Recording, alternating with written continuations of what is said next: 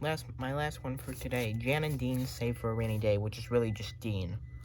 Because this album was done by Dean after Jan got in his car accident. And, so Dean wanted to try and keep the Jan and Dean name alive, so he made this.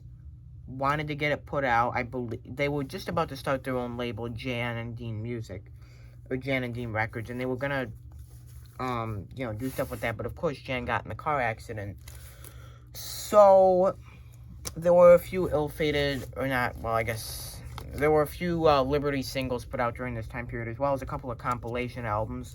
All their attempt to try to keep the Jan and Dean name alive, I guess. But this is Dean's attempt to, keep it going, and sadly it didn't work out because this was put out for like a day or two and then just taken off the market. Probably some kind of, financial or some kind of business thing.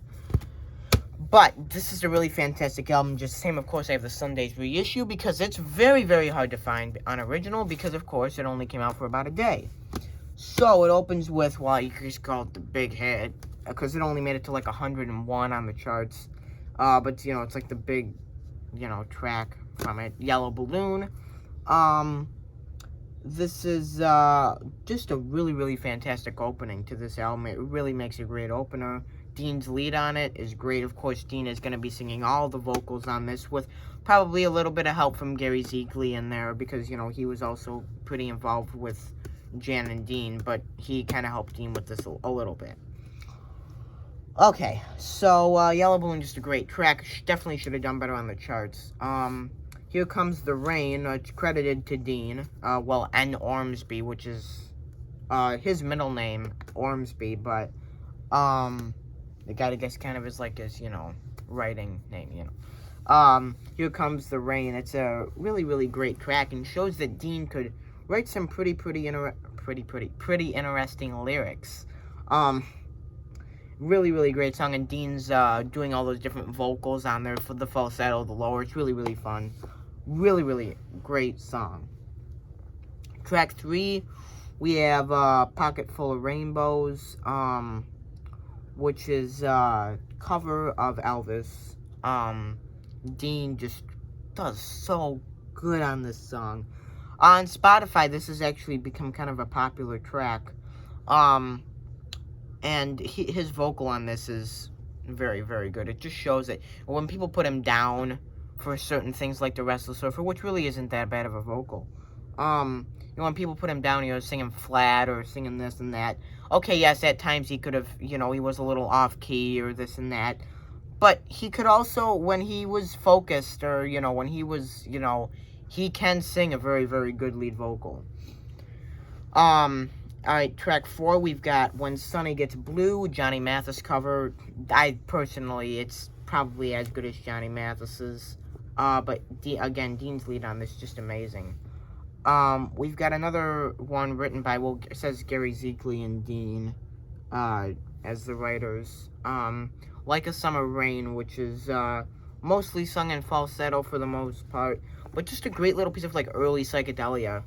And just shows that, that really should have been put out as I think it was put out as a single.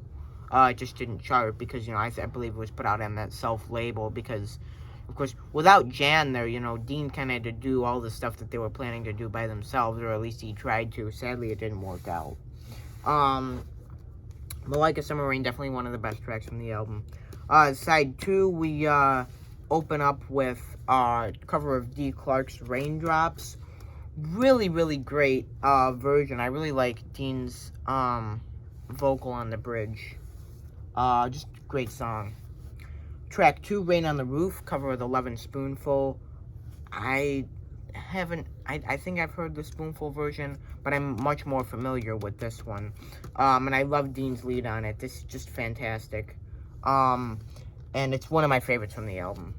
Track 3, we've got a cover of the Everly Brothers, Crying in the Rain. Dean harmonizing with himself, being both Don and Phil. Just a fantastic cover. I don't think this is as good as the Everly Brothers original, but it's definitely a great effort, and it's a really fantastic track, and goes well on the album, you know, because the whole album's about rain, so, you know. Next we've got another Dean original, Taste of Rain. Might be my favorite from the album. His just, the alternate version of this is, in my opinion, the better one, not the one that wound up on the original album. The alternate is just amazing, because his lead on that is a little bit more powerful, whereas the one on the original album is a bit more soft. It's just, you know, kind of nice. But he puts a little more power into the alternate version.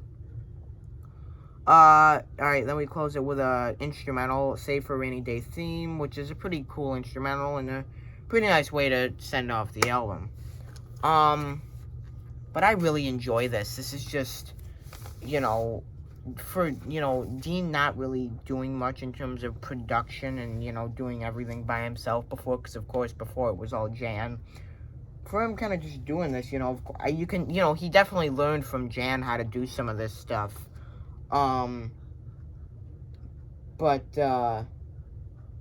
It's just a fantastic album, you know, and it shows that Dean had quite a bit of talent when it comes right down to it. This is the Sunday's reissue, of course. You got a lot of different stuff in here. Colored vinyl. I'll show you one of the colored vinyl. It's really cool. I like this. It's like a dark, I guess like a dark blue, dark green. Yeah, kind of a dark green.